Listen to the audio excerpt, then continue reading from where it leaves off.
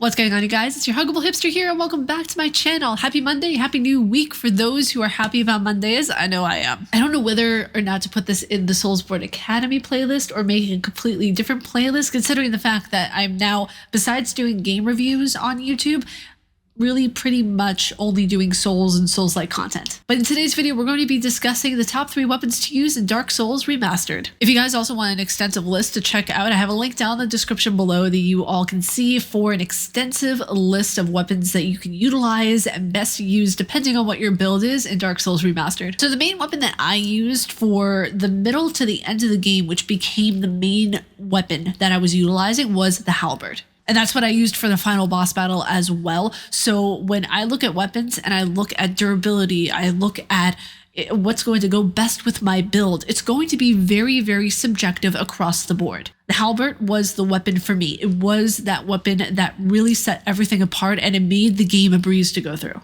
Did I experiment with different weapons across the board of Dark Souls Remastered? Of course I did. Everyone does for their first playthrough, and even if you are an advanced player, you're still going to be experimenting with weapons. Now, there are 2 types of halberds that are utilized in this game, one in Anor Londo and one in the Undead Parish. The Undead Parish, it's going to be right in front of the Undead Church, and you can take that, you can upgrade it to like a plus 15. And additionally, a crystal halberd can be found in a chest in Anor Londo. I believe it's right before the Smo and Ornstein boss battle, but once you it's really kind of a bittersweet thing, because of the crystal halberd that takes damage, like it drops in usability very, very quickly. You can get so much damage from it. So the crystal halberd is what I used to beat Smo and Ornstein, and it's one of those bosses of where you can utilize different weapons, but the crystal halberd is really going to be kind of your quote-unquote cheat code for getting through that boss battle in one piece. The crystal halberd is great. It just deals immense amounts of damage, but beware, because it will not be usable after a certain point. It gets damaged so quickly.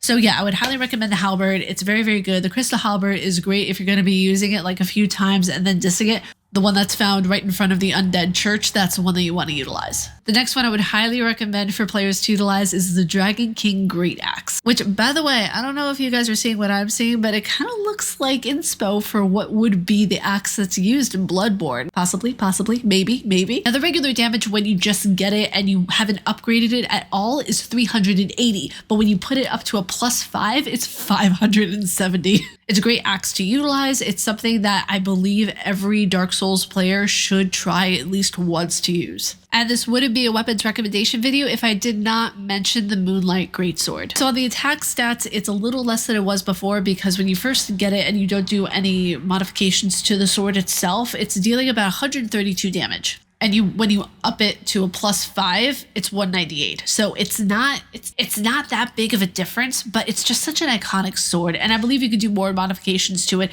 You can add different enhancements to it in boss battles, all that kind of stuff. I haven't tested out the Moonlight Greatsword myself because I haven't gotten a chance to collect it in Dark Souls Remastered, but I will definitely be trying to do that at some point because I need to utilize that sword. I need to try it out at least once. And that Moonlight Greatsword would be the inspiration for the Moonlight Greatsword in Bloodborne, in other Souls games, in Demon Souls, all that kind of stuff. The one thing about the Moonlight Greatsword is the magical properties make up for the way that it's amped up from like a regular to a plus 5.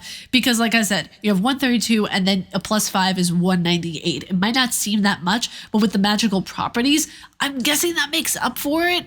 Possibly, maybe. I mean, it's a beefy sword. It's a really, I can imagine that thing would be really heavy to carry around and clunky, and you're just doing these slow-paced dodge and rolls. As an honorable mention, I can't help but to just throw in there the Claymore. Because when you first look at the Claymore, you're like, oh, this just looks like any other sword I would get in the game. Wrong. It has a much more, I want to say, smooth feel to it. The Claymore has much more of a steadier feel, I would say, because you feel like you can be more fast with it, and it does a better job. Because the stats on this thing, the physical damage is 103 when it's at its regular base use, but plus 5, it's 257, which does way more damage than the Moonlight Greatsword. See, bigger doesn't always mean better. And also, it's a great sword, which I believe you could use a fire enhancement on it. Correct me if I'm wrong down in the comments below, but I believe you can use like a fire enhancement on the greatsword during boss battles or during like any encounter, really. But you guys, that was it for today's video. I hope you guys got something out of this. I hope you all enjoyed it. And if you all like my face and what I do, please be sure to subscribe and hit that bell down below. I make videos every day here on YouTube. May you find your worth in the waking world, your hunter. Stay casually nerdy, and I will see you all in the next video. Umbasa.